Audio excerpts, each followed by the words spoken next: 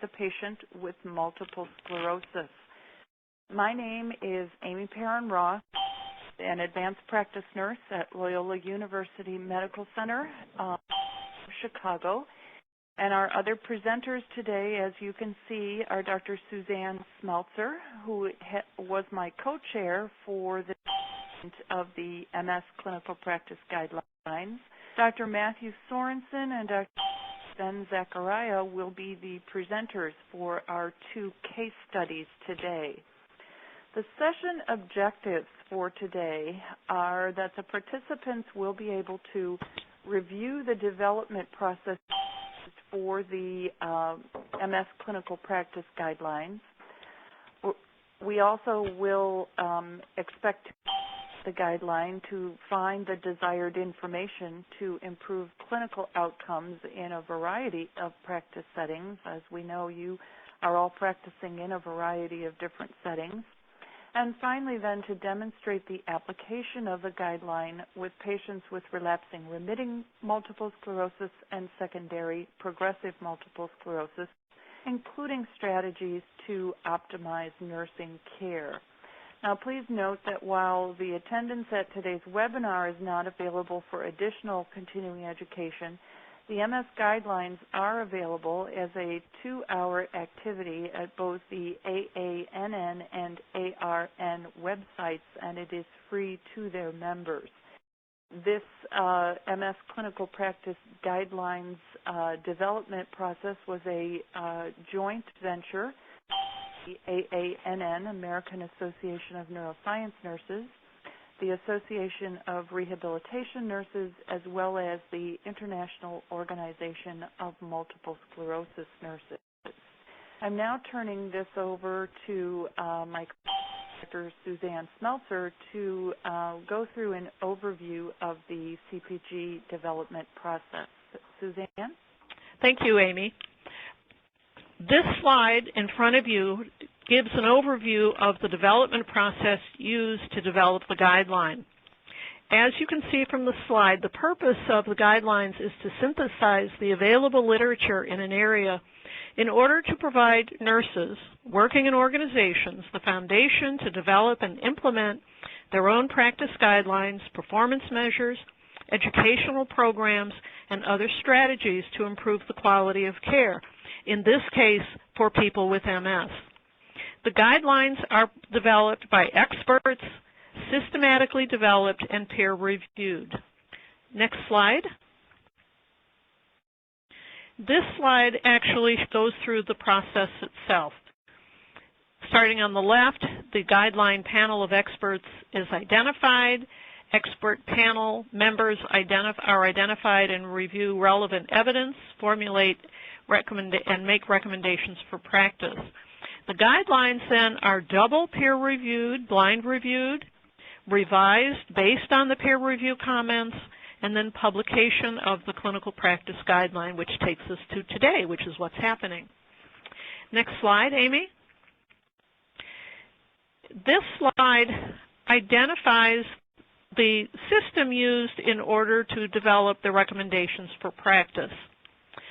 Level 1 recommendations are supported by Class 1 evidence, which I'm sure you know is evidence related to or emerging from randomized clinical trials or meta-analyses that are rigorously conducted. Level 2 recommendations are those supported by Class 2 evidence, which means randomized clinical trials that have some limitations. These limitations can be such things as methodological flaws or sampling issues. Another type of evidence that is used to support Level 2 recommendations are observational studies. Again, well-conducted observational studies. And then Level 3 recommendations, which are the lowest level of recommendations, but still important, are supported by Class 3 and Class 4 evidence. This evidence is that is obtained from qualitative studies, case studies, expert opinion, or standards of care and clinical protocols. Next slide.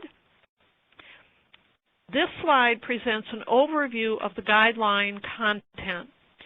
I'm not going to read all of these to you, but I'm going to highlight them.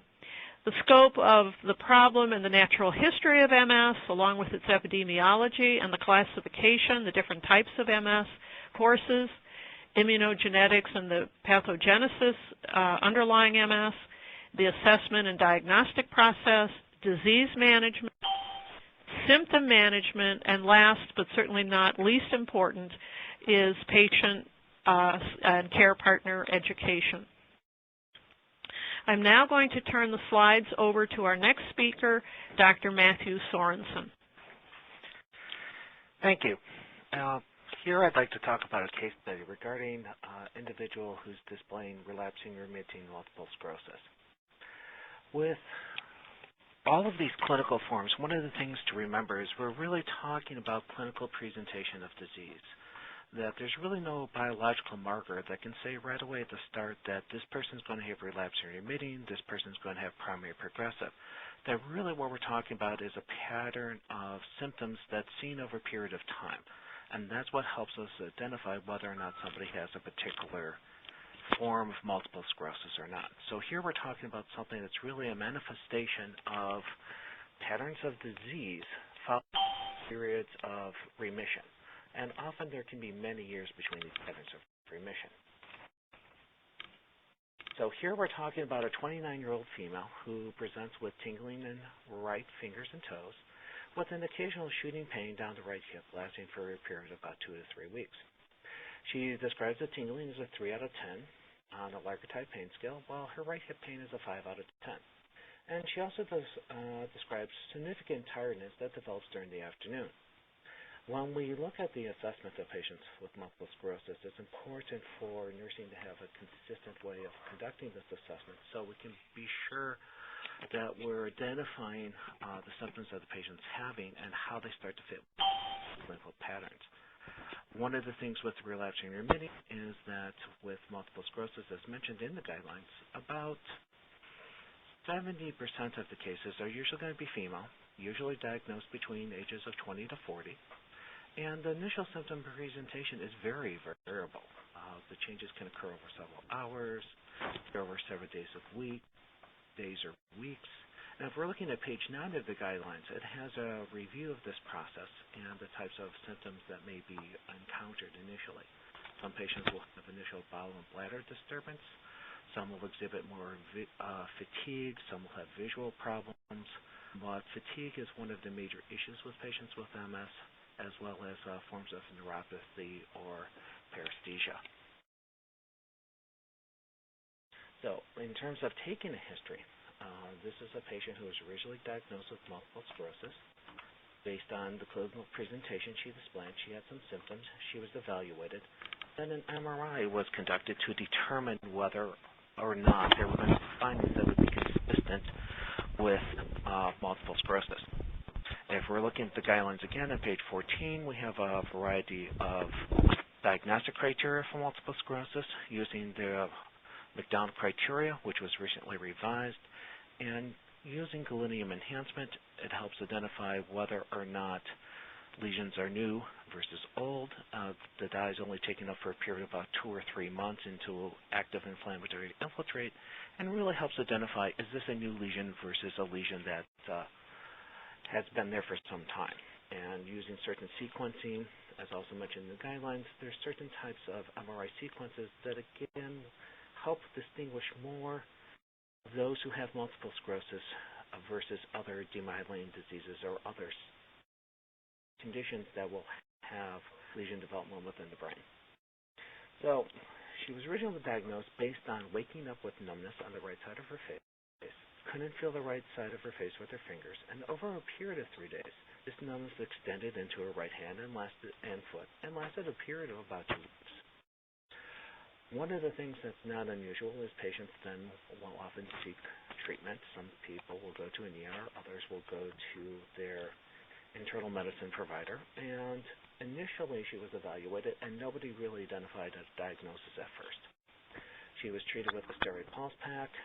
Basically, they thought there was some type of inflammation going on that helped her symptoms resolve, but She also recalls during the interview that there was this period of time where there was this episode in 2004, the previous year, where she woke up and fell to the floor rapidly,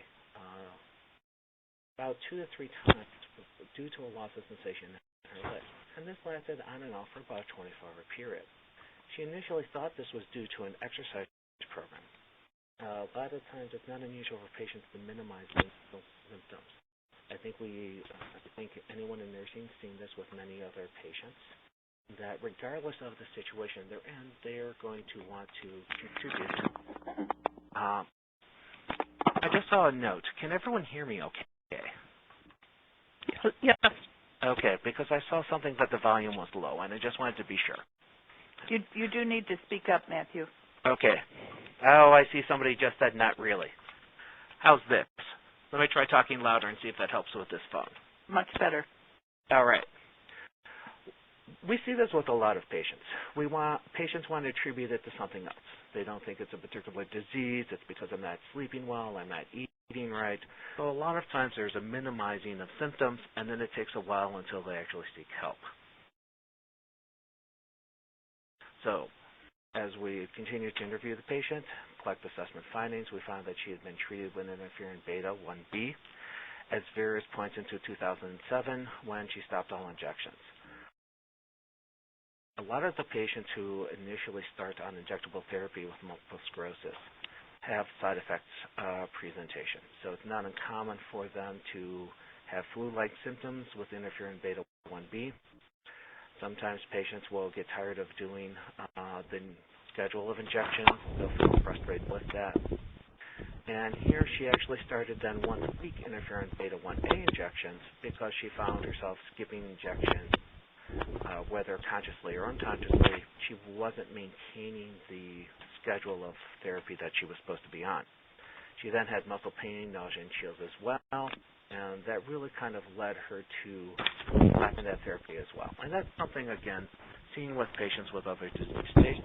They have symptoms. The symptoms are not comfortable. They cause difficulty, and it's that kind of presentations of symptoms, the tiredness, the fatigue, flu-like symptoms. Some patients will have burning at the injection site, and this is one of those things that will often lead to a decrease in patient adherence because they just don't want to deal with the side effects. So, in terms of relevance to the guideline, we have within this particular case study someone who's displaying variable symptom presentation, which is comparable with multiple sclerosis. There's the diagnostic procedures and criteria that as nurses we need to be familiar with, or often the patients will discuss the process that they went through in terms of first being identified in terms of having symptoms, and then what was done as diagnostic tests and procedures. Some patients will have their previous tests on CDs that they'll bring into offices or visits or even into the hospital when they come in with them to show to other people. And then one of the big issues with multiple sclerosis and really any chronic disease is the incidence of medication or side effects. What can we do to help reduce those and hopefully prompt and facilitate patients' adherence? So in terms of the physical assessment, basically her neurologic exam's pretty remarkable. She'll almost look as if she has no neurologic deficits. We test her extraocular movements, looking for nystagmus, which is common with multiple sclerosis patients. Test her peripheral visual field. She has good visual acuity because, again, with many patients with MS, we have those blurred vision, we have double vision. Sometimes we'll have scotomas or blind spots in the visual field. There doesn't seem to be any problems with her central vision, and her tongue, jaw, eye movements are all normal, and there's no problems with speaking or any kind of dysarthria. In terms of having her stand, again, one of the things we'll see with patients with multiple sclerosis are gait disturbances, particularly cerebellar ataxia and often intention tremor. So here we see her, she stands well, she's able to stand up by herself, she's able to walk in a tandem line well, she's got good muscle strength, she's able to do the things that we would expect somebody without a disease state to do so. And in terms of testing for vibration and pain, those sensations are intact because at this point we're trying to distinguish between various kinds of sensory disturbances. Some patients will have a loss of vibration sensation, others will have a loss of pain, some may not be able to feel temperature. So it's important in a physical examination of these patients that we look for kinds of differentiations in terms of assessment. And she has no problem moving her hands rapidly, so her activities seem to be pretty well coordinated. So in terms of patients relapsing remitting, where they'll have a period of increased symptomatology, and this will generally be followed by hospitalization. They'll be treated usually with intravenous or oral steroids, which will help decrease symptoms that's involved with the disease process, and hopefully there will be an abating or an amelioration of symptoms. And something we need to make sure that we're doing clinically is then having a way of consistently evaluating and assessing these patients, and whether or not there's instruments available in the clinical setting for us to assess disability and the potential functional impact of these symptoms. The expanded disability status is one of those assessment measures measured in the guidelines, and actually we have it on page 17, I believe. And this is a very common method used across studies, different clinical settings, to assess and evaluate the degree of disability that a particular patient will have. It's more biased towards ambulation and ability to walk, and it's a little less sensitive when it comes down to looking at that functional limitation somebody has in terms of their activity of daily living. However, the EDSS is very commonly used, and it's one of those things that you'll find used across almost every study with patients with multiple sclerosis. It's a very common tool, and one of those things that clinically we hope we're able to have access to and then be able to document what's going on with these patients as we see them. So disease course-wise, relapsing remitting, we will often have a sudden increase in symptomatology. It will generally respond to treatment. It will have effect on their activities of daily living. And generally, the symptoms return to baseline after treatment. However, one of the things that we see with relapsing remitting multiple sclerosis over time is a pattern of disease where the individual doesn't come back to that starting point anymore. And at that point, we start to refer to this as secondary progressive, that they start to have residual deficit, that they don't get back to that baseline any longer. And we have here a graph from the guidelines demonstrating the top half of the graph is showing we'll have periods of increased disability, but patient comes in, there's treatment. Sometimes 2-3 years can go by. Some they'll have increased symptoms. Again, treated, things go well, they return back to their baseline, time goes by. But then on the bottom half of the graph, what we're seeing is more what we discussed about in the second case study, the secondary progressive, where the individual does not return back to that baseline, where there will be residual deficit. This is a pattern that many people feel that most patients with relapsing remitting MS will eventually face. So in terms of us looking at treatment, which we'll discuss after the second case study, is looking at her willingness to try other pharmacologic treatments. If somebody's had side effects with a couple of the treatment options with multiple sclerosis, what else might she be willing to try? Is she willing to consider an intravenous option? Is she willing to consider the new oral medication? What is her willingness to try other treatments? Because that's going to come in and really influence her adherence. And so we want to make sure we're looking at an approach that's going to be sustainable for her that she's going to want to follow up with. The other is what's being done to manage fatigue. Fatigue is one of those symptoms with MS that really is one of probably the biggest effect on their quality of life. Crushing fatigue late in the afternoons is very common. So is she pacing activities? Are there rest periods brought in? So one of the things that's discussed in the guidelines is looking at how can we have a set of interventions that can help the patient manage this symptomatology and what can be done. Or is the patient willing to consider pharmacologic management of fatigue in terms of Ritalin, modafinil?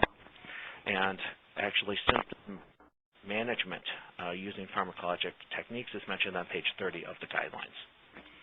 And then what else is going on? Just because she has one disease doesn't mean she's not at risk for other conditions or other issues developing later in life. And so the question will be is what else can we do from a nursing standpoint, excuse me, of enhancing her wellness in other areas. And at this point in time, I will be turning this over to our next speaker and our next case study. Thank you, Matthew. We're going to turn this over to Aliza. Thank you. I do not have control of the slide as yet. Thank you. So the next case study is about a patient with secondary progressive MS. You've heard Dr. Sorenson talking about relapsing remitting MS. And this is a 45-year-old Hispanic male who has secondary progressive MS. And he has progressed in the last few years. He has had, as you can see, a few symptoms, including fatigue, mild depression, pain, urinary retention, intermittent constipation, and difficulty walking, which we will discuss later. And that's pretty much a typical picture of patient with secondary progressive MS. Important to note, MS is more common in Caucasian patients, which you've seen in the guidelines. However, we see today more cases of MS in Asian patients, African Americans, and Hispanic. He has had relapsing remitting for about 10 years and recently has transitioned into secondary progressive MS. He has experienced a few losses, as you can see on the slides. Let me proceed. And has progressed on the expanded disability status scale, which was mentioned earlier, and I'll show you an illustration as we speak about other points, teaching points related mainly to secondary progressive multiple sclerosis.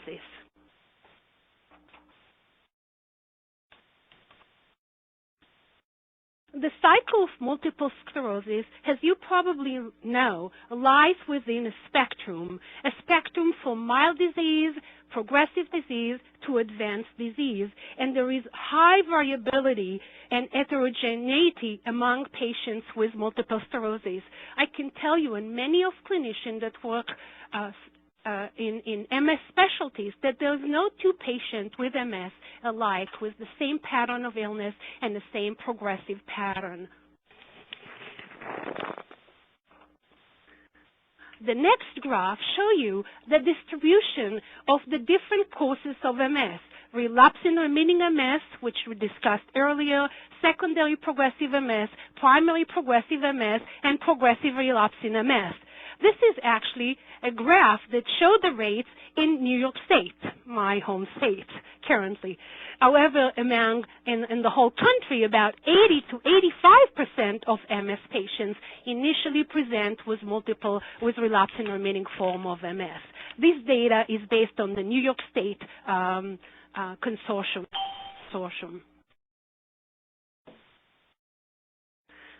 The next graph shows you an illustration similar to what has been shown earlier, but this is showing secondary progressive multiple sclerosis. The first graph on the left shows progression over time of illness without acute relapses. However, on the right side of the slides, you can see that patients have gradual change over time, but still may have attacks, acute relapses along the course of illness, which very, very typical you can see among patients with secondary progressive MS.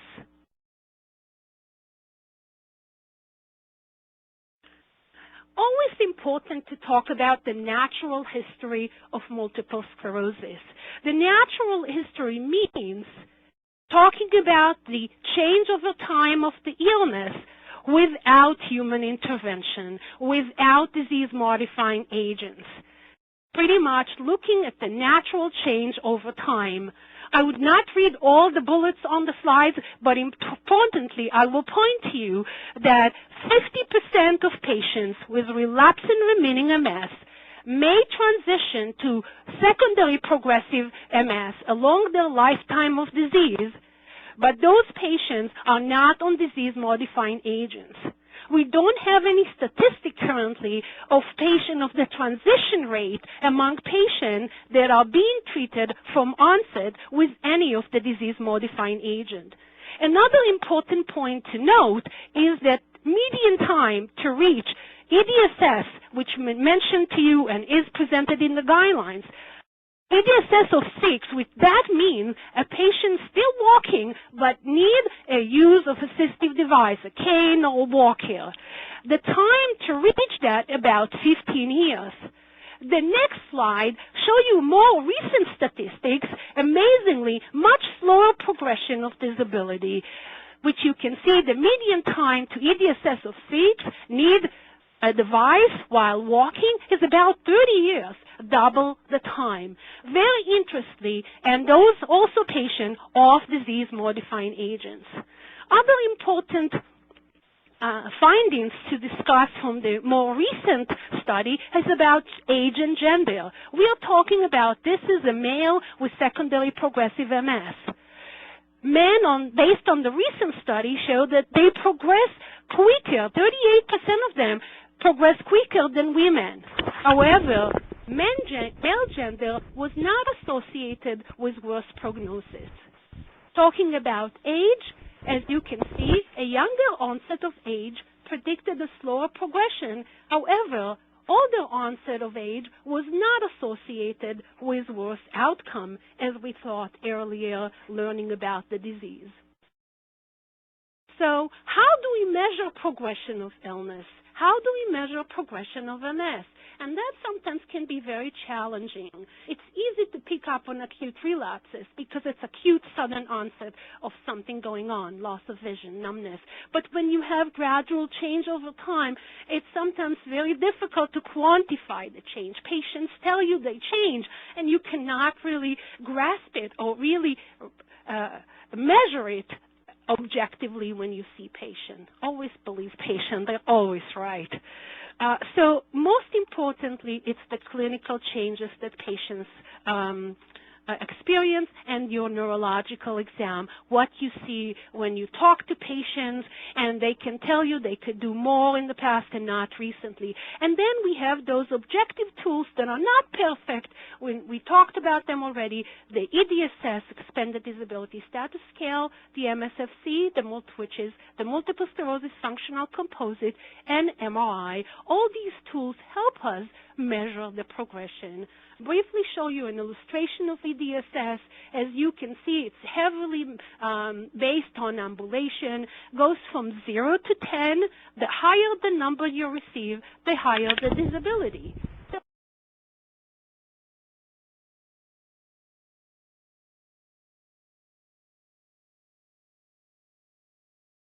Some bedridden. Next is the MSFC, the Multiple Sclerosis Functional Composite, include 3 parts, and you have explanation about this in the guidelines. Coordination, the timed 9-hole peg test, the 25-foot walk, and the cognitive evaluation, which is the PACE-IT. I've had that test when I started. It was no fun. You need to have good memory, concentration, and know to put the mat together. In summary, the next slide show you all the variables that really are responsible for disease progression in MS, including the clinical changes, the number of relapses, residual deficits, burden of disease seen based on magnetic resonance imaging, brain atrophy, and all these account together for physical, emotional, and cognitive disability. So let's go back to our case study and look at the MRI of our gentleman, the 45-year-old man. And you can see there is extensive white matter and gray matter disease, all discussed in your guidelines.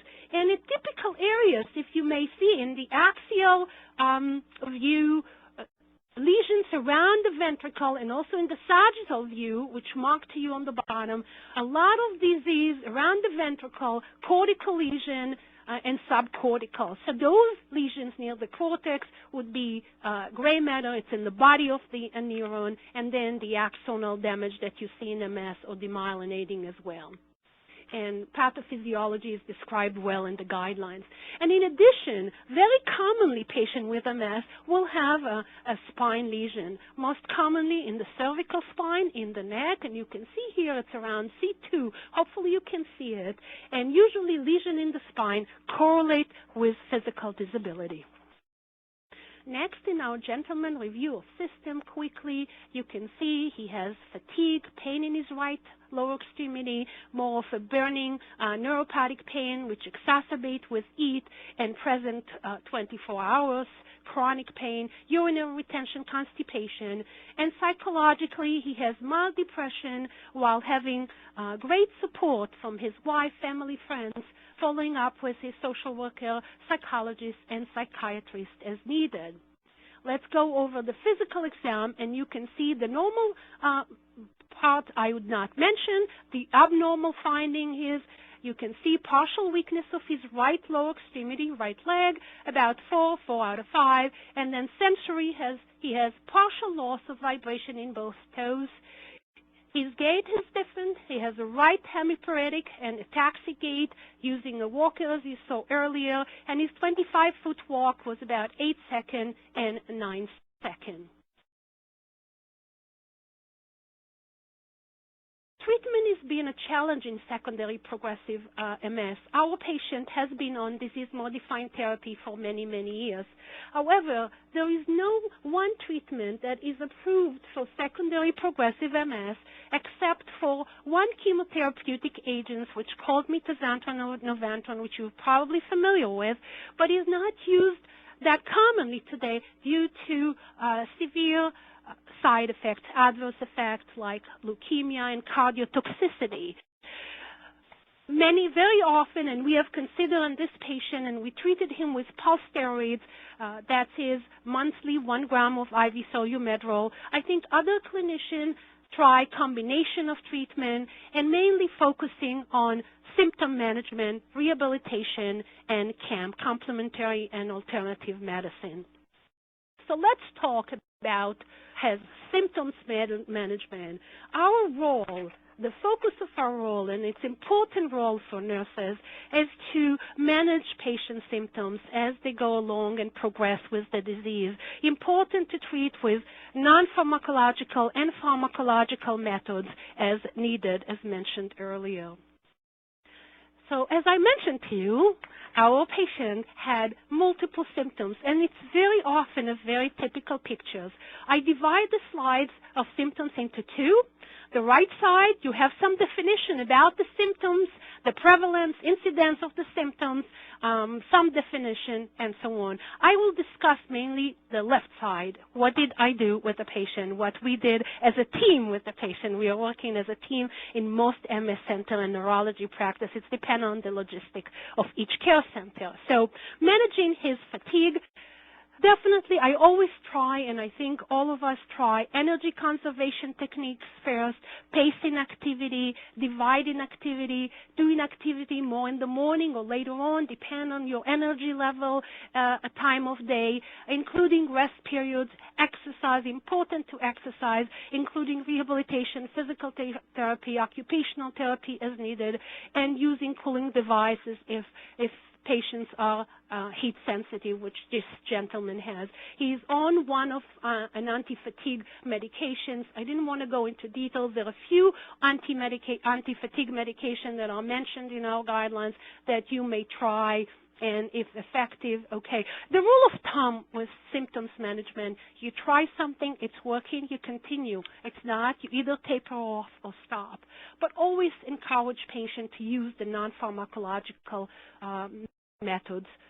With fatigue, as with other symptoms, important to rule other conditions. Thyroid abnormality can lead to fatigue. Anemia can lead to fatigue. Not all symptoms are related to MS. Patient may have other problems.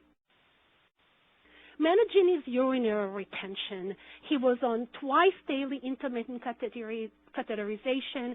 He was doing it himself, learned how to do that while hydrating himself, limiting his alcohol and caffeinated drinks, and talk about some chem like cranberry pills and vitamin C that acidify the urinary area, the bladder pouch, which help to minimize urinary tract infection, and he follows up with a urology. I must say, based on my experience, I think you'll agree, physically for men, it's very easy to really find urethra. There's no few holes there, just one hole and it's right out there. But emotionally, I must say it's much, much harder for men usually to start self-catheterize themselves, maybe because the sexual function and bladder function are all around the same area. Not that it's easier for female, but it's much different. Next, bowel problem.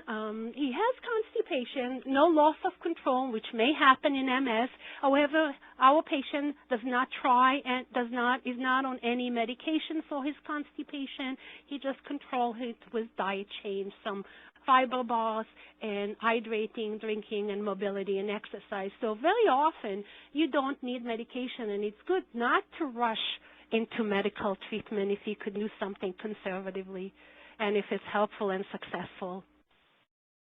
Managing his pain was talked prior at the other case study. As I mentioned, he has chronic neuropathic pain. He has used acupuncture with some relief. There is some data that acupuncture may help fatigue, especially trigeminal neuralgia or neuropathic chronic pain. He is also on an anti-epileptic medication, which help to minimize and fade a bit his neuropathic pain. He is able to function and do most of his activities throughout the day. Next, managing is depression. It's very, very important to identify depression, discuss it with patient, and treat it. Majority of patients use a combination of therapy, psychotherapy, and an antidepressant most of the time, looking at the behavior, how we can manage their approach and their coping with the illness. And there are some biochemical also changes in the brain that lead to depression. So it's not only a reactive depression related to the lifestyle changes or the severity of disease. The number of lesions, the location of lesion in the brain may sometimes lead to depressive mood. Important to rule out, again, other causes.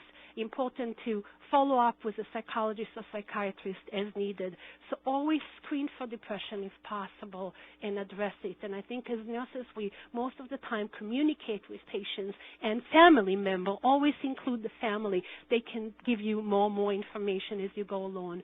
Managing is gait difficulty, important to include rehabilitation, as I mentioned earlier, physical therapy, looking at their posture and gait training. Sometimes when they use a walker or a cane, in our case, use the walker, the posture can change. You can put different weights on different joints, which can cause pain at some point. Important to include rehabilitation. He's also on a new medication that has been approved a year ago, which is called dalfampridine. It increases conduction and may improve gait. The response rate is not high. He's on this medication and has been very helpful. So I can see some change and some improvement, which is very, very uplifting. Lastly, to manage, I mentioned just rehabilitation earlier. The goal of rehabilitation is to maximize independence and improve quality of life. Really, really important to include it and refer. If patients are unable to go for outpatient rehabilitation, you may do home therapy at home. I mentioned some of the complementary and alternative medicine. Important to ask patients what they use for the symptoms. Sometimes they use medication that can be similar to what you use as formulary drugs. Always ask for a list of what they're taking, either prescribed or non-prescribed. I've seen very often that yoga, meditation, and massage may help patients to relax or adapt to the changes a bit better and be more proactive over time. Lastly, the advanced directive are not mentioned in our guidelines, but it's important. I've seen based on my practice and many of my co-team and co-clinician around the country, important to discuss advanced directive when patients present early with the disease. Do not wait until they reach advanced stages of illness. Talk to them about what they want in their life. If they assigned an healthcare proxy, if they have a living will, what do they would like once they are unable to eat? Would they like to have a gastric tube? Be specific. Ask them and document in the chart. I've seen it very, very important to do it early rather than late. It's sometimes for me as a clinician much harder to bring the topic when patients are in late advanced stages of the illness. In summary, the goal of these cares are to minimize the progression of illness with a disease-modifying therapy. Very, very exciting. There are lots more studies that will be in the future in secondary progressive MS. Right now, natalizumab or Tysabri is being studied in secondary progressive MS. So we'll have probably, for sure, I don't know if I can say for sure, better treatment for secondary progressive MS. Manage the symptoms and reevaluate them over time with the goal of increased independence and optimal function and increase in quality of life. Important to ask patients what's their goal, what they want to accomplish. Sometimes you cannot treat everything and address everything. So it's important to know what the patients would like to really accomplish, even as a short-term goal for that follow-up visit. So always involve patients in your care. Summary, this diagram just show you that we work as a team. Important to collaborate with all the team members that's available to you in the goal to delay progression of disease, managing the symptoms ongoingly, and following up regularly.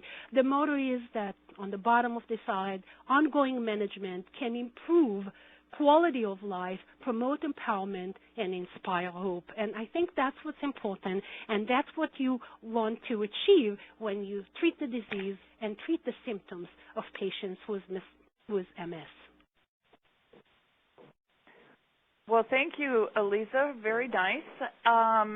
We will ask that participants who have questions, please to submit your questions for the speaker, Suzanne or myself, via the chat feature in the lower right-hand corner of your screen.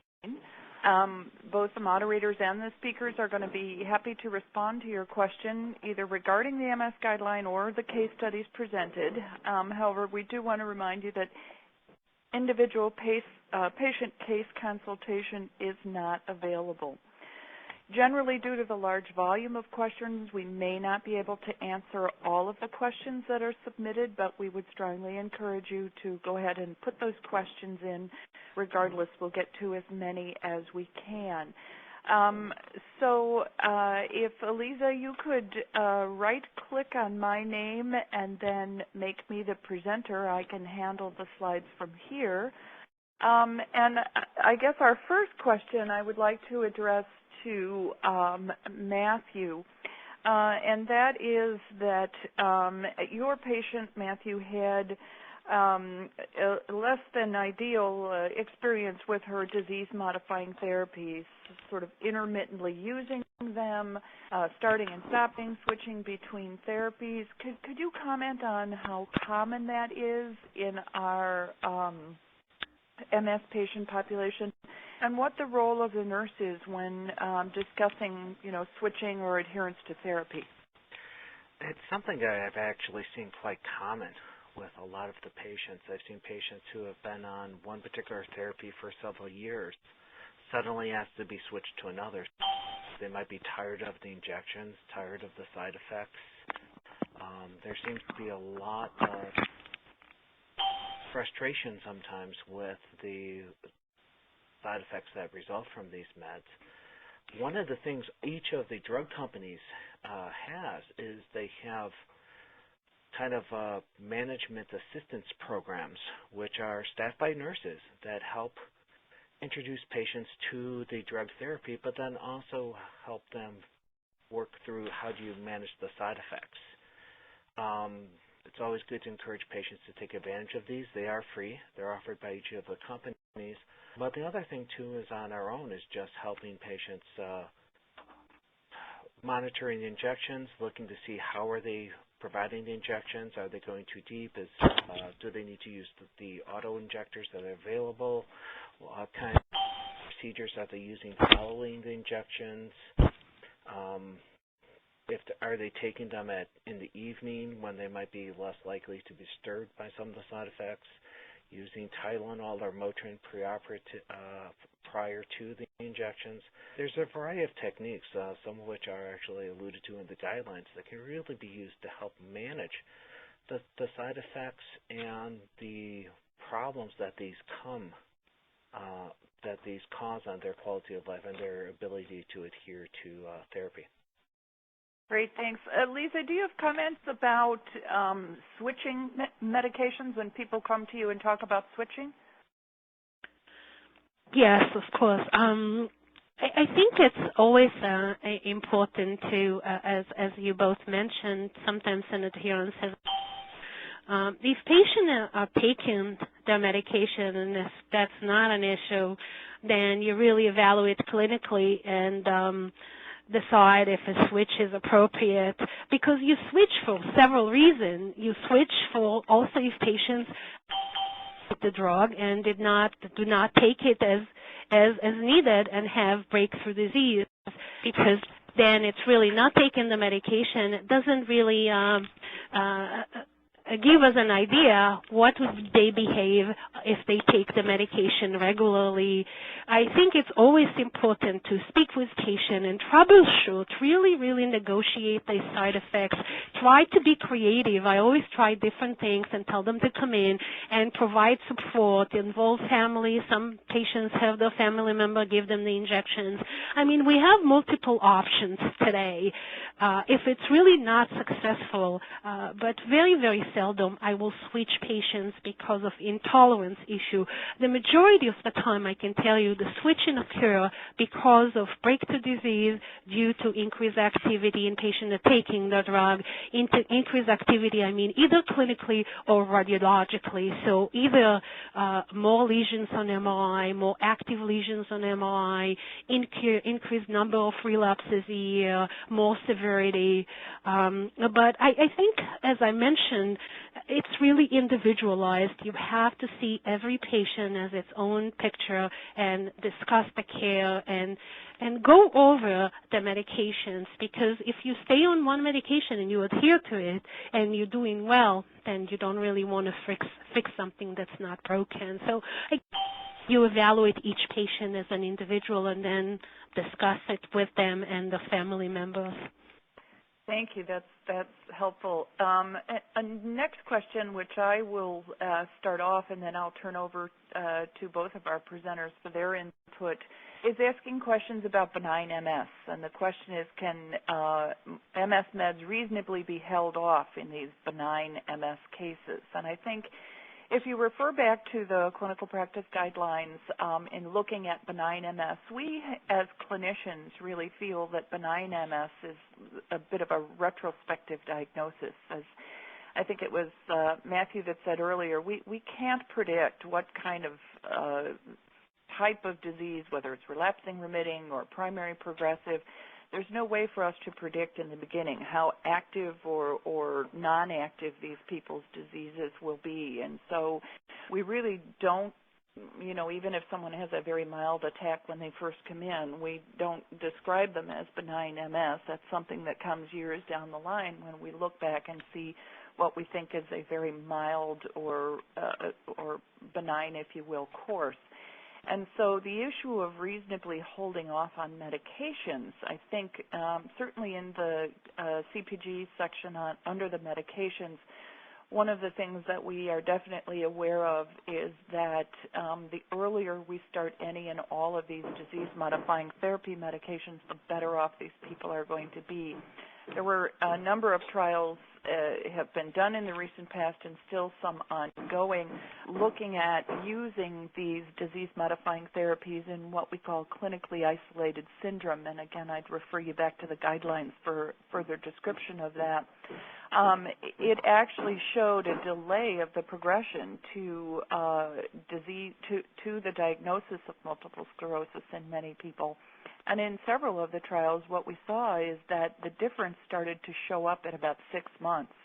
So the people that were placed in those trials who were given the medications versus those who were on placebo, the placebo population began to have some symptoms and an increase in their disability as little as 6 months from the time of the start of the study.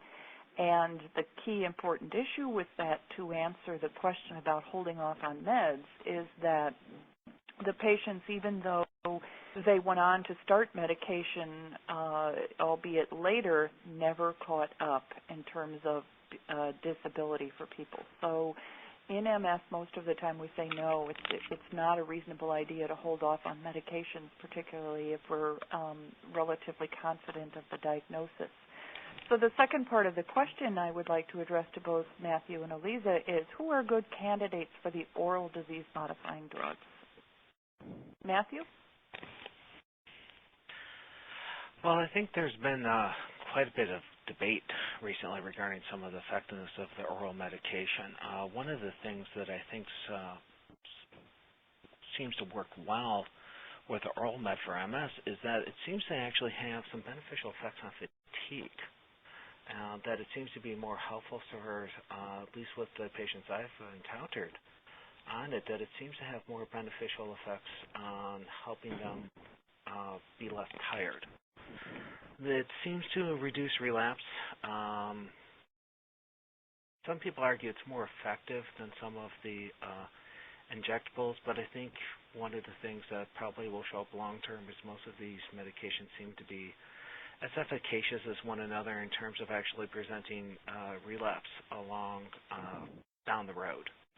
I think one of the things with oral medication is that so far there's been nothing that argues that it prevents or halts disease progression in and of itself.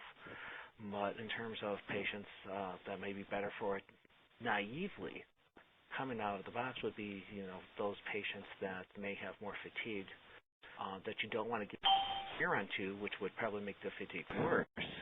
Or those patients who, as described in the case study, you have somebody who's tried multiple injection therapy and it's just resulted in significant symptomatology, or somebody who has problems with fine motor skill and probably can't handle giving themselves an injection. And Aliza, the question about are the patients with, quote, benign MS good candidates for oral medications? Okay, so I don't know that I would identify anyone as with benign MS. I think there are lots of things sometimes we do not see. I believe that progressive illness, yes, it has a spectrum between mild and advanced, but I wouldn't call it benign. I agree with you, Amy, that it's really a retrospect diagnosis of a mild versus advanced, more progressive pattern of illness. What about oral medications?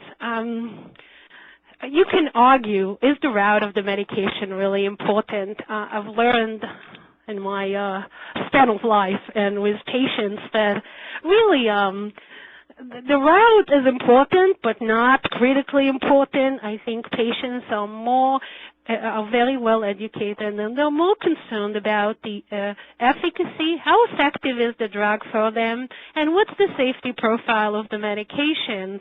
And our patients, it's amazing to see, I can tell you, and hopefully you have some experience, all of you out there, that patients sometimes will continue with the injections for their life if that's what keeps them healthy, if that's what keeps them free of progression, and their MRI looks without any changes. It was very surprising. I think initially we all thought that patients will jump on the oral medication. Yes, it's easier. Yes, it's much, does not have any injection site reaction, but have other profile of side effects. So I think, again, patients goes for more the effectiveness and safety profile. The oral medications or intravenous medications, if they have a better effectiveness, and some patients will take risk easily, as we discuss with our colleagues, and some will not be taking risks so easily. And look at almost like a scale, as we always mention, look at the benefit for themselves and the risk and where they're at that point of life. So again, I think, yes, patients would like to see more oral medication. I think next year we'll have few other oral medication, and I think it's exciting to have options. But I don't know that always when I look at patients and evaluate them, I go just for the oral. I think there is room for every patient for every medication, but as we have more and more effective medications, I think we'll have to reconsider and maybe change patient or switch only if they are not doing well on the care treatment. Great. Thank you, Aliza. Matthew, the next question I would like to address to you, and it is, since the male gender is associated with more rapid progression, is there thought to as why? Is it related to testosterone and muscle, or is estrogen possibly protective? Oh, if we could answer that question, people would give us prizes in Sweden. Yes. I think one of the things that's been shown is that pregnancy seems to be somewhat protective against increased symptomatology with MS, although some patients also seem to have an increase in symptomatology post-pregnancy. And I know Whitaker and others have basically looked at this and argue that, what we're seeing here is hormonal mediation, and that hormones, a variety of them, including cortisol, really have a lot of effects on immune function. And that this hormonal patterns of mediation, seen more so in women, are some of the things that are more protective of symptom progression or symptomatology at various points. In terms of males being more progressive, then that's something I've seen as well. They tend to deteriorate more rapidly. Sometimes the symptomatology is more severe. And I would think that it's probably considered to be, nobody knows for sure, but hormonal mediators seem to be a big part of that in terms of worsening disease course. Well, great. Thank you so much. And at this point, I would like to take the opportunity to thank the AANN, ARN, and IOMSN for all of the ability to work collaboratively with one another. And the three organizations would also like to thank Teva Neuroscience for an unrestricted educational grant which supported today's webinar. I'd also like to give many, many thanks to the guideline authors as well as the reviewers. As a co-editor, and I'm sure Suzanne will echo my comments, the amount of work that the authors and the reviewers put in was tremendous, and I think that is certainly reflected in the quality of the guidelines. I'd also like to thank the speakers for today's session, Aliza Ben-Zacharia and Matthew Sorenson, as well as my co-chair, Suzanne Smeltzer. And finally, then, all of you, the webinar attendees, for your active engagement. I would apologize if there were questions that we had posted that we did not get to, but in the interest of time, I'll just ask Suzanne for any closing comments. No, I don't have any. Again, I would like to echo, as Amy said, everything that she just said, and thank the audience as well for your participation. Thank you so much. We do hope that you found these guidelines useful, and have a good